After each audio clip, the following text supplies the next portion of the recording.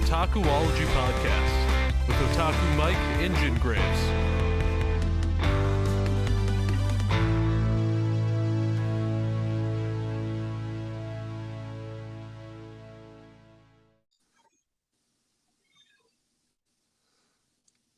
Hello. Hey, what's up? Welcome to the Otakuology podcast. The best podcast in the world. Yeah, buddy. Worldwide, wide. If this is your first time listening, I am your host, Otaku Mike. And with me, as always, is my best buddy, Jin. What? Jin, what? I said, Jin, what? Yeah, Jin, what? Oh my god. That's great. So, Jin, what are we talking about today? The podcast. We're talking about crazy names in anime. We're talking about that there may be a Three Stooges anime coming out. Are you pulling my leg right now, or? I am pulling your leg right now. Okay. Because I have seen that remake of Three Stooges. I do like the Three Stooges. Do you think that they ever actually have an anime remake of the Three Stooges? I would not be surprised if, like, Japan has some sort of, like, version of the Three Stooges. They like slapstick comedy. Oh my gosh, that's true. So, what are we talking about today, though? So today we are talking about, well, we kind of talked a little bit about this way back in our piracy episode. Yeah. But I kind of wanted to talk about bootleg manga. Yeah. The last time I know that we really had a hardcore discussion on this, we went by a different name and actually did stuff on YouTube. So yeah, we did. We did do that. But different podcast, show, different name, everything. So yeah, let's get it on. So I don't really know where to start with this particular episode when talking about bootleg manga, because I'm really surprised that there's actually like counterfeit manga out there. That's true. Like it mostly seems to be like coming from, well, I should say, even bootleg anime comes from like China and stuff, but like mostly this seems to be coming from like Malaysia. Yeah, it seems like, and I was very surprised because I remember back in the day, or back like a year or two ago, I think it was, like people were talking about like self-printing when it comes to manga, and is self-printing like viable? Is it ethical? Stuff like that. Right. And how, like, do you consider that part of your collection when it comes to like self-printing manga? Because if you guys don't know, you can technically, people say it's a morally gray area, but it's technically illegal, where you can like get the stuff like digitally and stuff for manga, and you can pay your like to have it like be printed and physically made. Right.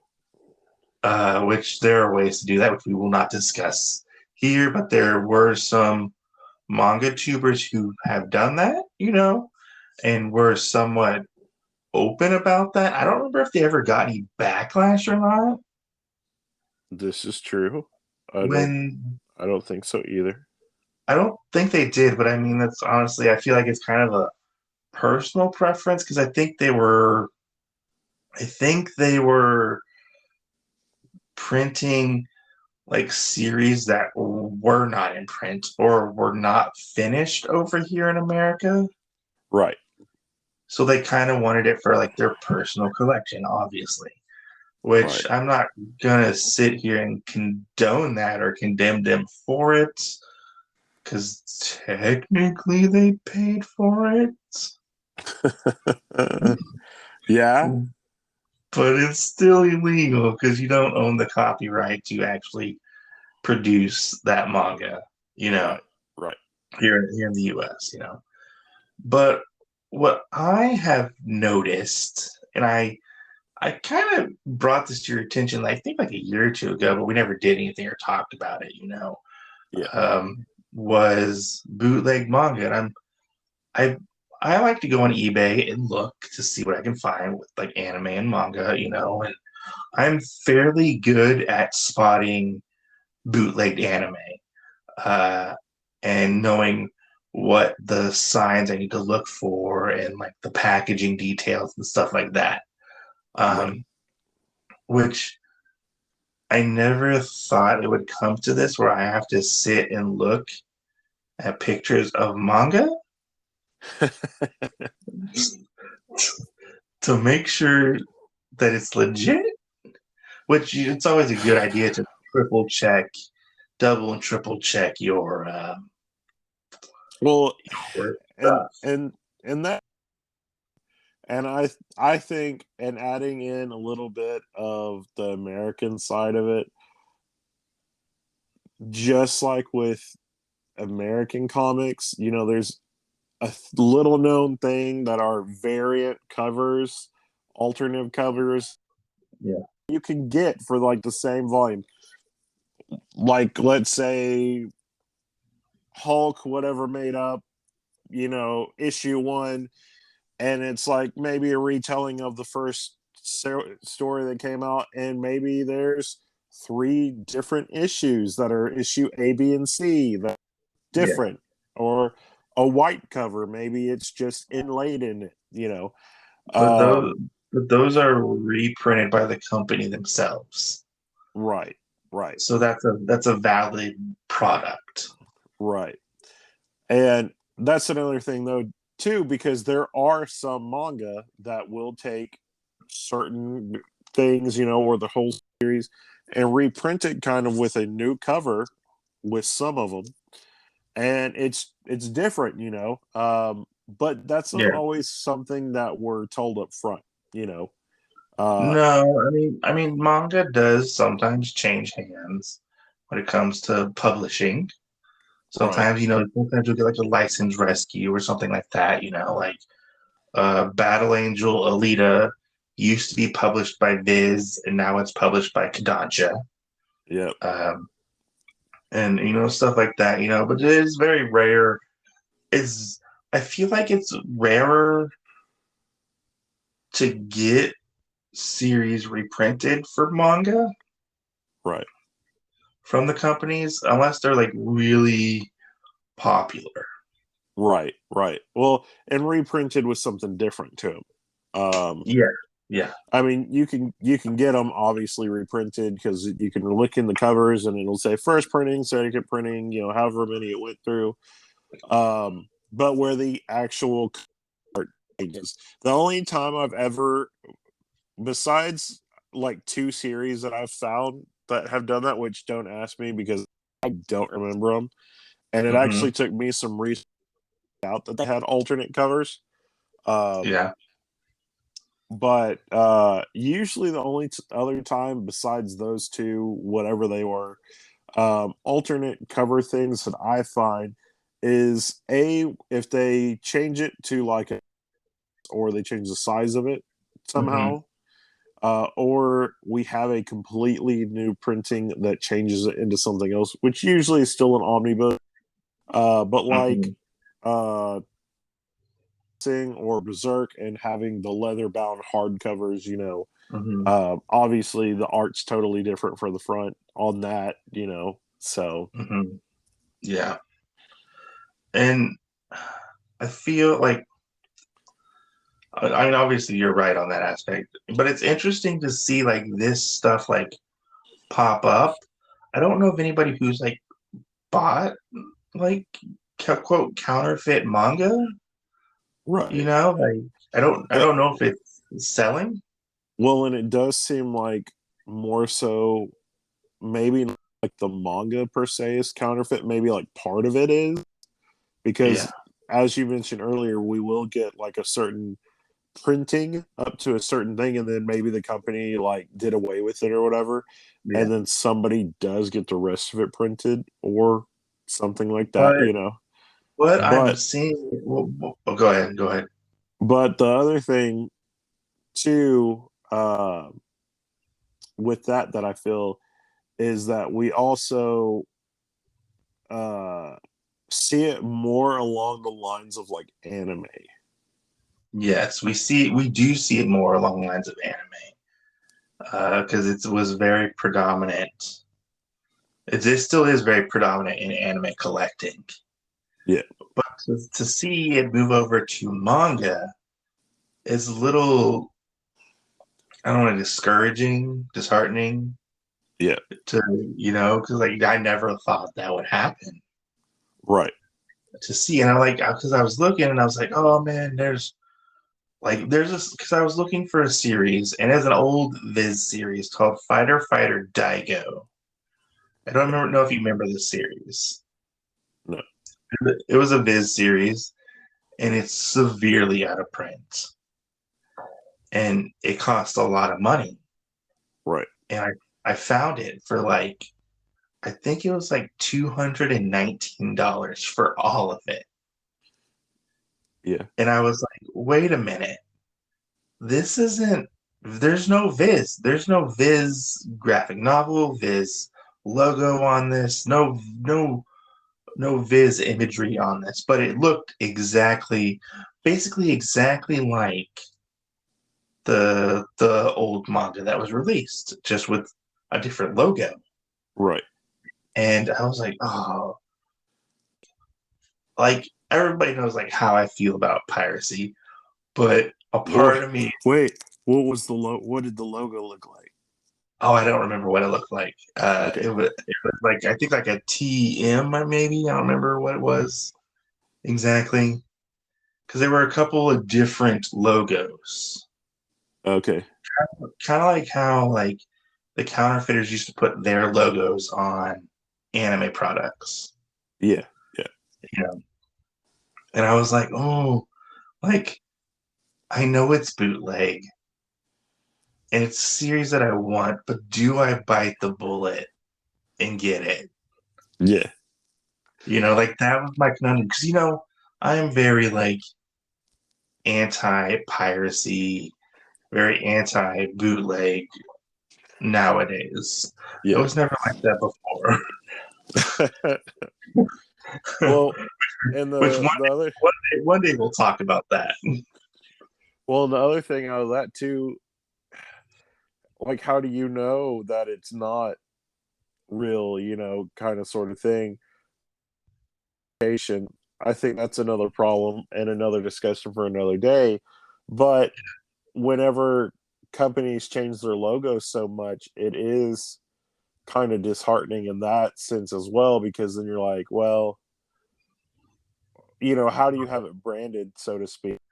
Well, when you think about it, when you go into the logo changes, they don't really truly change their logos a lot.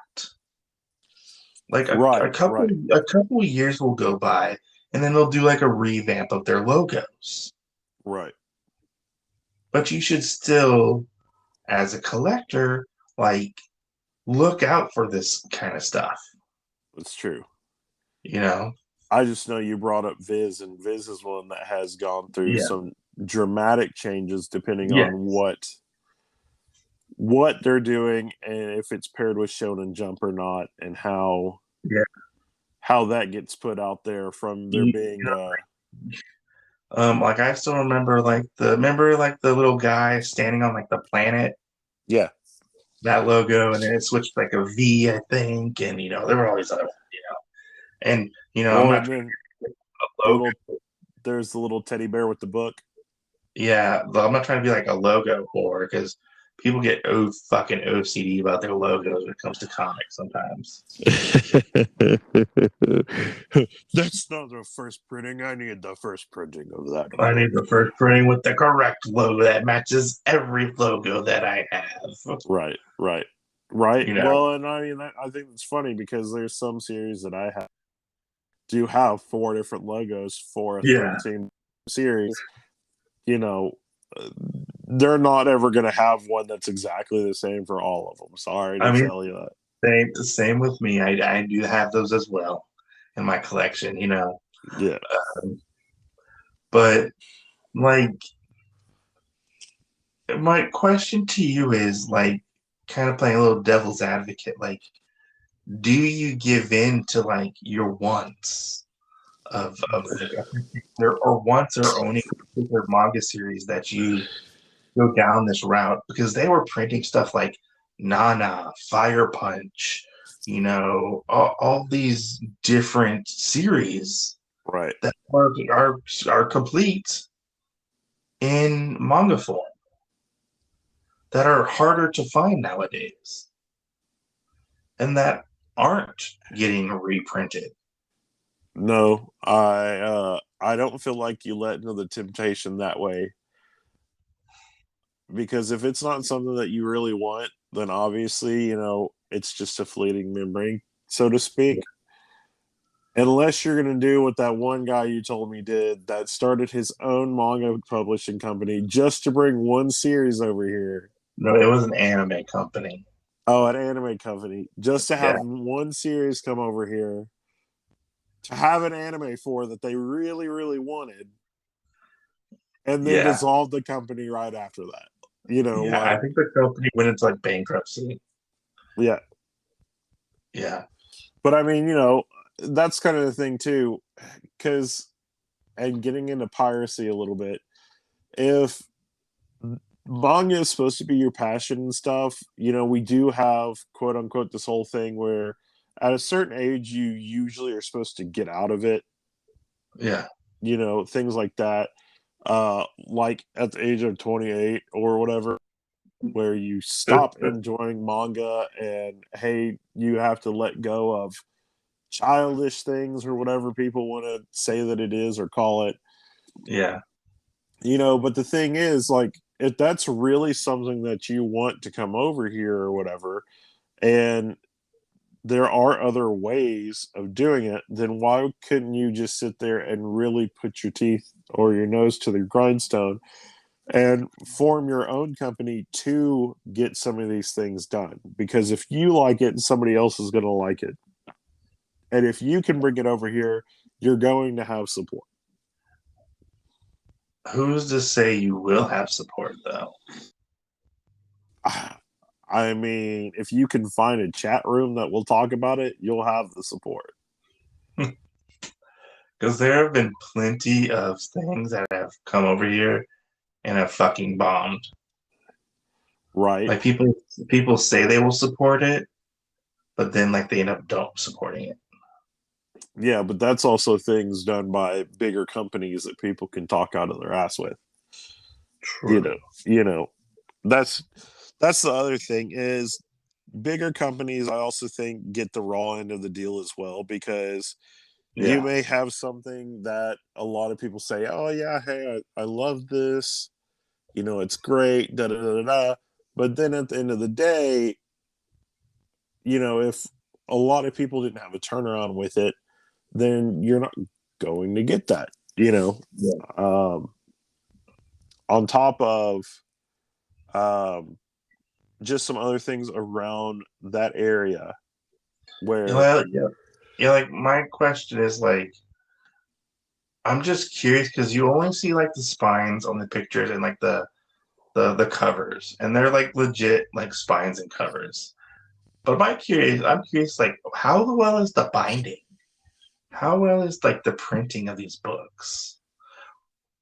Like, is it the actual translation that we originally got?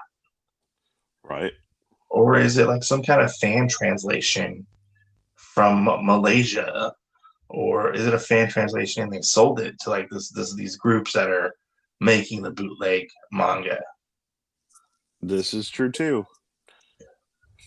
And then I feel like we have to be in that whole uh what's the sucker thing with Mr. Al?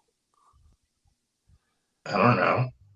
You know, where it's like, Oh, one, a two, a three. yeah, yeah. You Three know, lick to the center of the Tootsie Pop. yeah, that's what it is. It Yeah. kind of makes me think of the Tootsie Pop commercial, though. You know, you want to know like the answer to the secret, and you know that that's not true. But when Yeah. people get into it and do the bootleg and everything, you assume that you're reading this and it's the right translation, but it might not be. You know, Mhm. and that's one thing that I'm glad, like with Naruto, that I actually read the manga as it was coming out and everything. Because if any point, like with some of my cousins that actually read Naruto offline Mhm. illegally, at points I do feel like the story was different. You know, they'd be like, "Oh, do you know about da da da da happening?" Well, no, I don't. Why? My Because my that's a mistranslation. That's not what that is. my favorite translation is for Sanji from One Piece. Yeah. And they didn't call him Sanji. They called him Sunkissed. Oh my god. Yeah. That's horrible. That's horrible. What's your name, Well, Sunkissed? so my favorite one that happened with that is actually it was actually written into the manga later on, but with Gintama, Uh-huh. because when it's translated, uh, it could mean like I think it was like something, Uh-huh. and if you read it another way, or it's called like Gray Hero or something. But if you read it another way, it means like silver shining balls.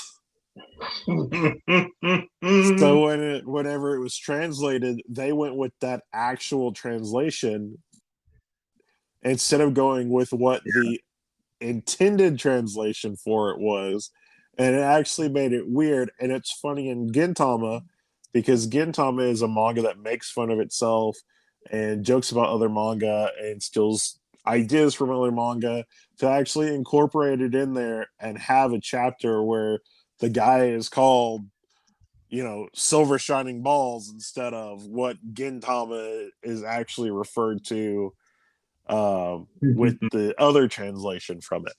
So, you okay? Yeah. You just sneezed or something into the microphone. No, I coughed. I turned away. It was fucking loud. It's because I forgot that we're wearing our headphones and the thing's right beside my face. So, I reached out to our friends at Planes, Trains, and Comic Books. Okay. And I asked them because I was like, "Hey, we're gonna do a episode on like bootleg manga," and I wanted to ask them. I was like, "Hey," they sent me a channel to go check out about like bootleg comics, but it was for like characters being used Yeah. that weren't like officially licensed by these companies. Right. And I asked them as well, like, were there any like unofficial like re-releases they ever see in the wild? And they were like, no, for comic books, we don't really see that. Right. We don't. They've never seen like unofficial reprints of like stories and stuff. So, which begs the question: why is it happening in manga and not in American comic books? You Well, know? shit. I could throw a rock at that one. How so? It's because it's not an American comic. Well, that's true. I think that's also another demographics thing per se, Uh-huh. is that because it is different, people feel like there's less claim to it. because most manga is printed from or comes from Japan. Mm-hmm. So there's less, yes, and there's less branding on striking all this stuff down. And while they do try, when it goes through many different companies and whatnot, there's just no catching it per se. Yeah. Yeah. Or the companies don't see everything. Right. Maybe they don't even know about it. Right. And I mean, one of the other things is,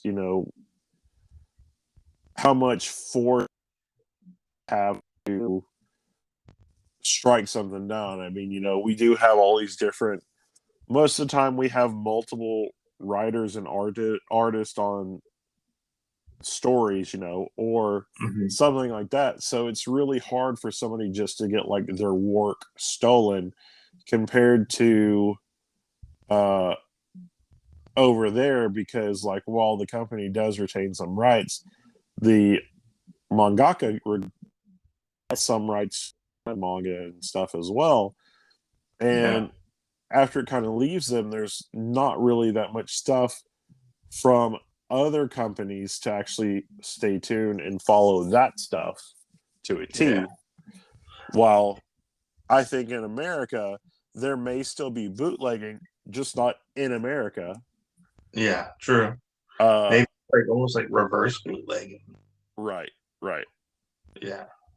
Because I feel like if you were an American in that situation, Marvel or now Disney would track you down virtually and take you out. So Hey, do you have that thing I sent you pulled up about the description for the manga? I do not. Can you pull it up? I don't think I can while we're Do in the you show. do you remember what it said? The description of the manga, whatever, it Yeah. said something about like It wasn't for collectors, I believe. it was not for collectors to have. It was for first time manga readers. It was not good enough for a collector to buy. And only if you were going to try and get into manga was it good enough to have. Yes, and it wasn't the official Viz translation. And I was just like, come again? I mean, if you're buying a book, technically you're a collector. Yeah. So I don't know. That was just crazy. I was not expecting to have a text message. I'm sitting there, I'm like, what in the hell did Otaku Mike send me? Yeah, it was funny because it was like really, it was kind of like broken English. I'll have to post on Instagram. Yes. Yes, you will. But it was funny, like, because they all said the exact same thing. Because I looked at several postings that they had, Yeah. and they all said the exact same thing. Not for manga collectors, not for collectors, for first timers. Oh my god. Yeah. So yeah, like you said, we're not suitable for having these bootleg mangas apparently. But but anybody that is getting into it, but anyone who's getting into it who has sucker written on their forehead. right. That is exactly what I feel. Maybe somewhere in the book there will be a stamp for like Ed and Eddie, and it's got Eddie saying "sucker" on it, or something like that.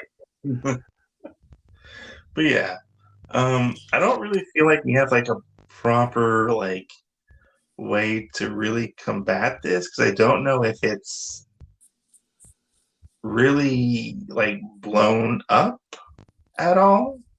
Right. Because I don't see like the normal people in the manga community getting these. But it's interesting to talk about and take a look at.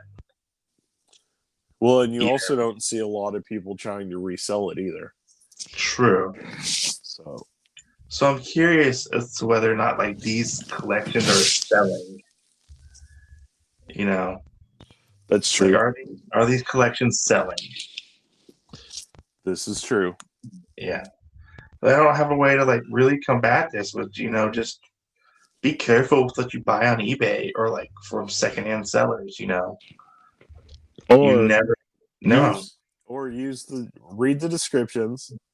Yeah. That's one. Wherever you go, read the damn description, okay? Even if you go to a notable place like Right Stuff, read the damn description. Because that will also cover your butt and make sure that you get exactly what you're getting and know exactly that you're on the one that you should be getting. And for two, look up a damn picture. That's true. I mean, like even on printings and stuff, like we said, there are ones that you could pull it up and maybe this was the first one and we have that cute little teddy bear thing that you and I were talking about holding the book open that says Viz across the bottom, or maybe it's the guy standing on the planet, or whatever. Without looking up something or knowing, you might not know that there could have been either one of those printed at the time, and the symbol, even though it's different, is the same company. That's true. And the other thing is, if you're getting in a manga and you're new, please don't buy anything off of eBay. Just go to Barnes and Noble and spend some stuff. You're not really going to get anything bootleg there. I'm pretty sure 99% of the stuff is looked at pretty hard. I don't think there's any bootleg at Barnes and Noble. That's why I'm just going to say 99 to cover my ass, because maybe there is. I don't know. I haven't been to Barnes and Noble in Maryland or Massachusetts, and there could be.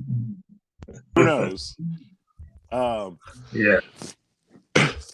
But for a first-time person, if you're going to get don't buy any for one. Not until you have a little experience under your belt. And then by that already, you're going to do exactly what Otaku Mike did with this one and say, this looks off a little bit. It just does, I mean, and collections of different stuff like Funko Pops and all this other stuff, the branding is a big thing. When I get something and it looks completely different from something else, and it might be close. I'll give you that. It might be close. But there's a lot of things that when you really look at bootleg stuff that it's just missing. Yeah. So educate yourselves. That's all I can say. Definitely educate yourselves. I will have to say that. You have to buy a couple bootlegs before you start understanding what's what. I've never bought a bootleg. Okay. I have. Now, I will tell you the one thing that I took it as a negative and turned it into a positive was getting books that were misprinted that were good that came out. Uh-huh. So you can't tell from the cover or anything really, but when you open up the book, like maybe a chapter is out of place, or maybe the machine like faltered and then there's different pages of one chapter spread throughout the book, or something's upside down or whatever. Just the printing was kind of weird. I had ones where they weren't cut properly. Where they did what? The pages weren't cut properly. Oh yeah. I have 7 or 8 volumes of different. 3 of them are from the same series, and the other 5 are different series. Yeah, but thanks everybody for listening. If you had input on this, don't hesitate to comment on our Instagram or email us at otakuologypodcast@gmail.com, Right? And stay tuned for more exciting content from your otaku bros. This was an interesting conversation. That's Mike and I. And we will see you next Tuesday. See you next Tuesday.